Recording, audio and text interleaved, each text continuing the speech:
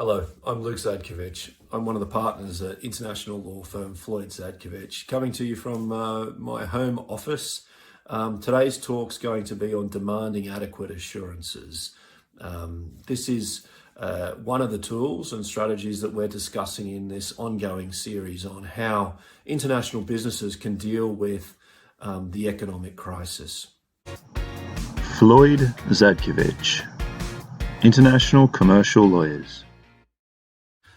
Demanding adequate assurances. Okay, so this is a particular remedy or a particular tool that parties in the US can use under sales contracts and other contracts that are subject to the Uniform Commercial Code to see the financial position of their counterparty and to get some assurances about that before they expose themselves under a contract. And it's a really useful tool if used well, and you need to know how to use it without exposing yourself under those contracts. So the code that we're relying upon here is 2.609 of the UCC. It sets out the exact requirements to be able to use this type of method.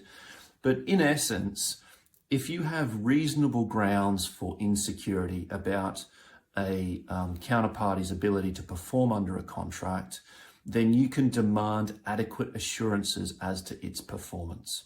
Meaning that if you're worried about whether your counterparty can perform, you can ask them, are you going to be able to perform?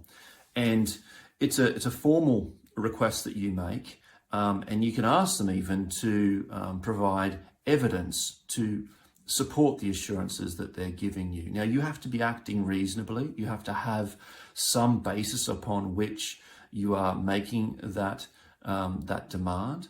So it may be some late payments. It may be that you've heard evidence of financial insecurity or other types of financial problems in the counterparty. You may notice that they're using premium freight, for example, more than they should be. Maybe you have grounds to think that in that particular sector, there's some reason why they might be unable to perform on the contract. All of these, or it could be a mix of these factors, come into assessing whether you do have reasonable grounds to make a demand. In this market, I think there's going to be more of a presumption towards thinking you do have reasonable grounds than not, but still you should be guided through that process.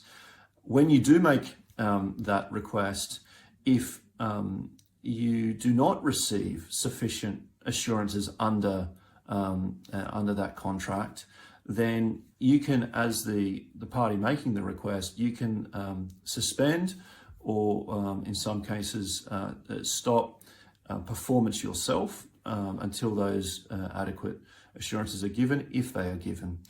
And that's really useful because often the way that sales contracts works and other contracts is that one party can be exposing themselves to the other party's performance.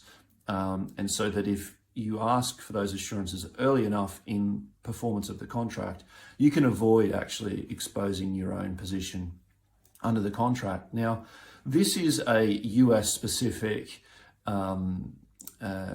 method, but I think the principle is quite useful for international businesses and businesses outside of the US to think about as well, because it's really informing an approach whereby early on, or as early as you can in performance of a contract, and that could be any contract, it could be a shipping contract, it could be a trading contract, it could be other types of contracts, where you have concerns about your counterparty's ability to perform, that you assess that and you work out a way to try and assess whether they are going to be able to perform.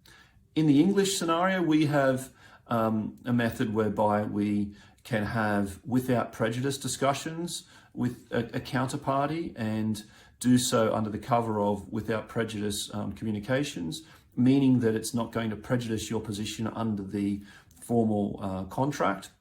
And that can be quite useful to understand whether your counterparty is going to be able to perform or not. And then once you have that knowledge, you then inform your formal position, not necessarily relying upon the information. You couldn't use that information to take a position on an open basis, but it gives you an understanding as to where they may be coming from. And then you can see, well, what does the formal contract allow me to do?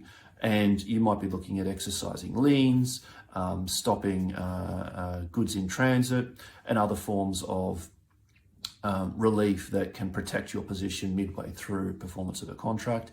It also sets up dialogue with counterparties. And look, the ideal scenario in a crisis like this is that you can get through the situation without having to pull the formal levers, and that you can survive in a commercial context and really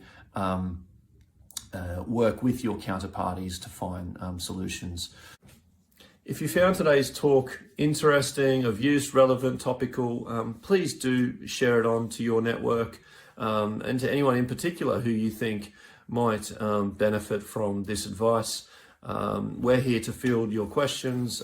Please do follow us on LinkedIn and on Twitter and the other usual places. Stay tuned for more talks in this ongoing series, and I hope you have a good day.